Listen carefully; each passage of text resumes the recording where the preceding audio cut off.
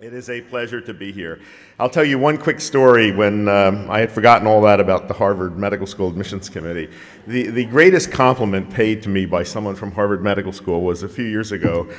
I was asked to present a Lifetime Achievement Award to the late Dr. Judah Folkman, who was the father of anti-angiogenesis research on cancer, a very distinguished scientist. And when I gave him the award, he said to me, "You know, we always said at Harvard Medical School that we like to train students to think for themselves, and now that one of them has, they don't like it at all."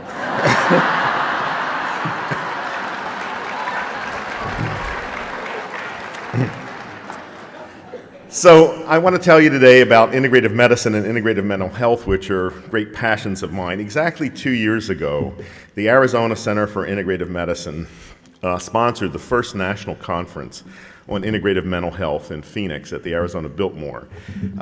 We invited, I think, the leading researchers from a great diversity of fields, a leading psychopharmacologist, the leading researchers in the new brain neuroscience, Buddhist psychologists, experts on nutritional medicine. It was a great conference, and this was targeted for an audience of 300 psychiatrists, psychologists, social workers, counselors, and others. We had to close the registration at 700, which was all our venue could accommodate. If we'd had a bigger venue, we could have had, I think, an infinite number of participants. The hunger in this group for hearing about a new model of mental health and a new way of doing things was palpable, and people said they'd been waiting years to hear this kind of information.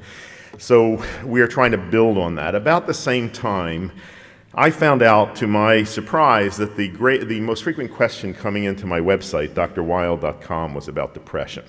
And then I began looking at some of the statistics on the uses of psychopharmaceuticals in our country and was very shocked. At that time, the statistics were that 1 in 10 Americans, and maybe now 1 in 9, is on a prescribed antidepressant drug.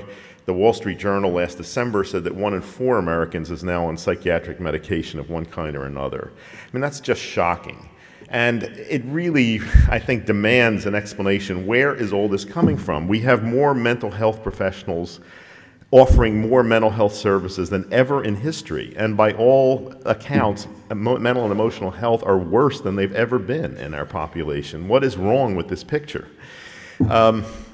Clearly, some of the depression epidemic is manufactured by the pharmaceutical medical complex, which has been very effective at convincing people that ordinary states of sadness are matters of imbalanced brain chemistry that require treatment with drugs.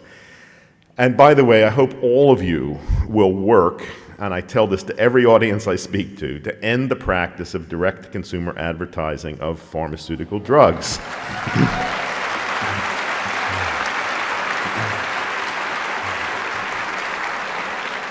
There's only one other country in the world that allows that, New Zealand, that was slipped in somehow without anyone noticing during the Clinton administration, and it can be stopped if enough of you write your legislators and tell them that you want to end this practice. It's been a disaster for medical practice and an unbelievable boon to the pharmaceutical companies. So I don't know what that percentage is, and maybe it's as much as a quarter or a third of the depression epidemic that is spurious in this way.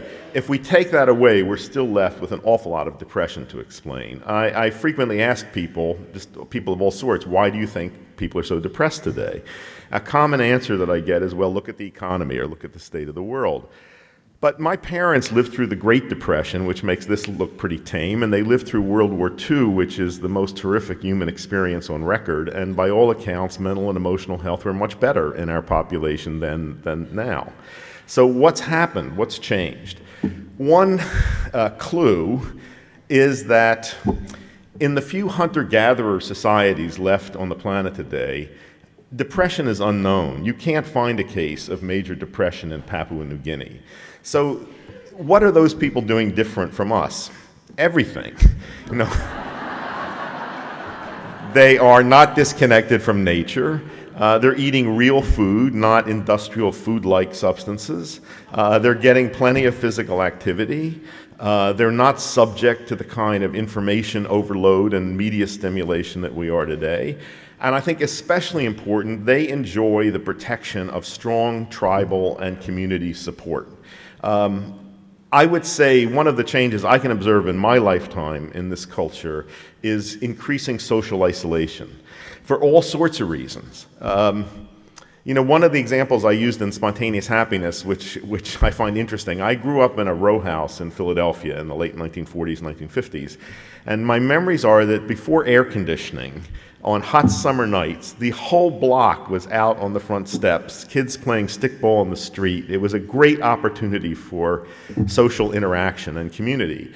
When we got our first air conditioner, it was possible to stay indoors, and we congratulated ourselves on being modern and advanced. And I think in a way that's representative of how technological innovations and affluence, which we think are so great, have made it easier and easier for us to live in insulated cocoons. Now that we can have our media centers in those cocoons as well, there's little reason to go out, and it's more and more possible to interact with people virtually than it is in reality.